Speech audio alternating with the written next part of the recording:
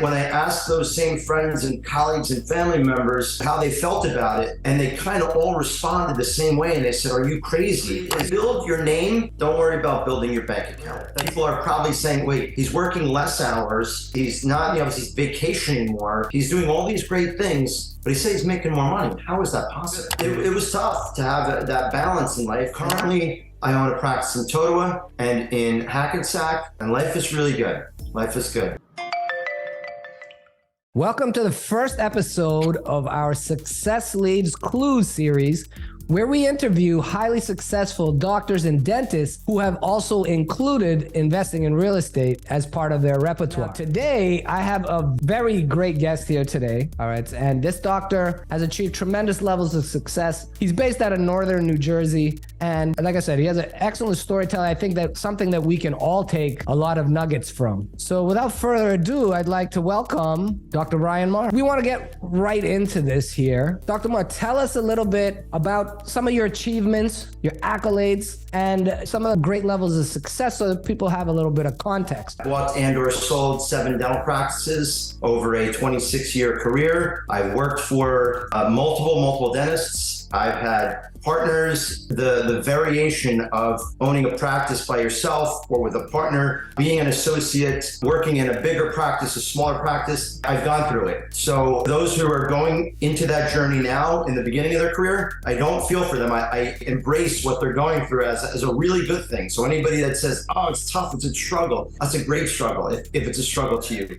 I knew that I was going down the right path. It just felt right. But what I did not have at that time was the knowledge of business of dentistry and the business of investing. I did not have that knowledge, so I made a bunch of mistakes from that time and, fortunately and unfortunately throughout my career. So within a year and a half, I decided it was for me to branch off a little bit more and buy a second practice. You were talking about now, you went into the transition to the second practice.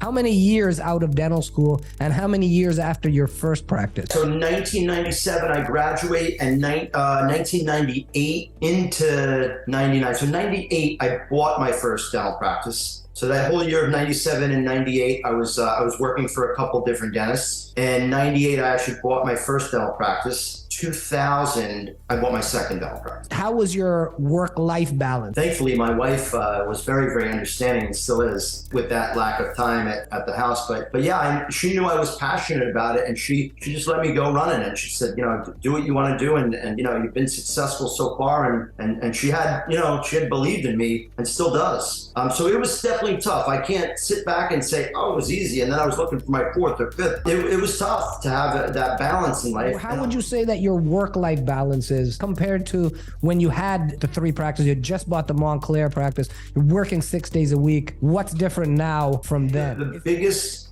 success that I'll have as far as my more time with my family and more time personally is the team that is attached to your offices. Your office manager, your hygienist, your assistants, your accountant, your lawyers, you name it. It's not just the people that are in your office, but it's further than that. It's your investment team. It's a lot of people that are gonna make some decisions with you, but also help you achieve what you want to achieve in life. And I'm making more money than I am when I was working 6 days a week. It's not about raising fees. It's not about, doing a lot more dentistry. It's about just being more efficient with your time. People are probably saying, wait, he's working less hours. He's not, he's vacationing more. He's doing all these great things, but he says he's making more money. How is that possible? Mm-hmm. Well, mind you, it's not just all solely based around dentistry. It's other investments that helped me get to that point. Wow. So anybody that can or wants to, debate whether real estate is not a great investment or it talk until I'm blue in the face, and I know you can because the knowledge and expertise that you have are far superior than me. I'm the average person that actually went through the investment process of owning the real estate and seeing, does it work or does it not? Obviously, you have to be calculated, and if you don't know how to do it, don't do it. Let someone do it for you. And that is super, super, super important, especially especially now when interest rates are high, and if you don't know what a yield is and an inverted yield curve, like, you got to know your stuff, and if you don't, it's not a problem. There are people out there like yourself that can help. Top 3 advice, short form, on to dentists looking to get involved in investing. The first thing I would say is it'll be short-winded. My wife is a teacher. Asks her teacher friends sometimes, like, should I give my child Tylenol or Motrin or this? And she comes back and says the conversation that happened with the other teachers. And I said, Jen, this is a medical question. Ask a doctor. That's all. Don't ask the teacher, because they probably don't have the right answer. Yeah. If you have a legal question, you ask a lawyer. Yes. So it's just go to the person that knows the most about it. Like, so be humble and just know that you don't know everything. I read and read and read. And it doesn't have to be about, real estate or stock market or whatever. It's Tony Robbins, it's Gary Vaynerchuk, it's Grant Cardone. There's just so many people out there that whatever it is that you're passionate about, there's 50 books that you can read about, right? So just read it, and then don't be, just with blinders on and just go on that one topic. Expand. Yeah. And just read about a lot of things.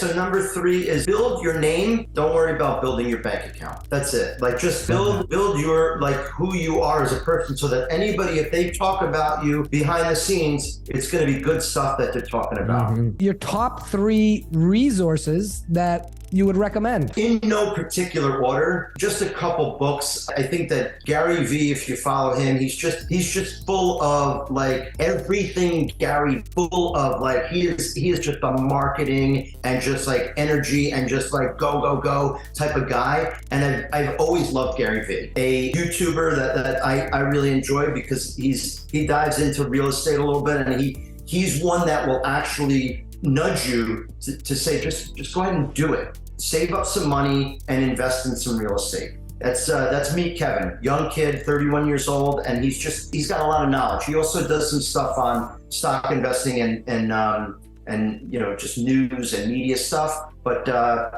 he was a little inspirational to me as well. I'll wrap it up with that and saying that, and kudos to you. You're my final. What you have built based on what you have told me and what I've researched about you. So not just like listening, because you can listen to someone all day long and then they could throw you just stuff that you were like, oh yeah, it must be true. But then the stuff that I researched about you are, you're the guy. You're like, somebody wants to go into, hey, how do I take this money that I have and just make it work for me? Yeah, that's Dr. Jonny's role. I thank you for those kind words. And I really thank you for being here today and being very forthcoming and sharing your experiences. I think the listeners got a lot of feedback, and I myself learned a lot. If you like this video, definitely leave a comment.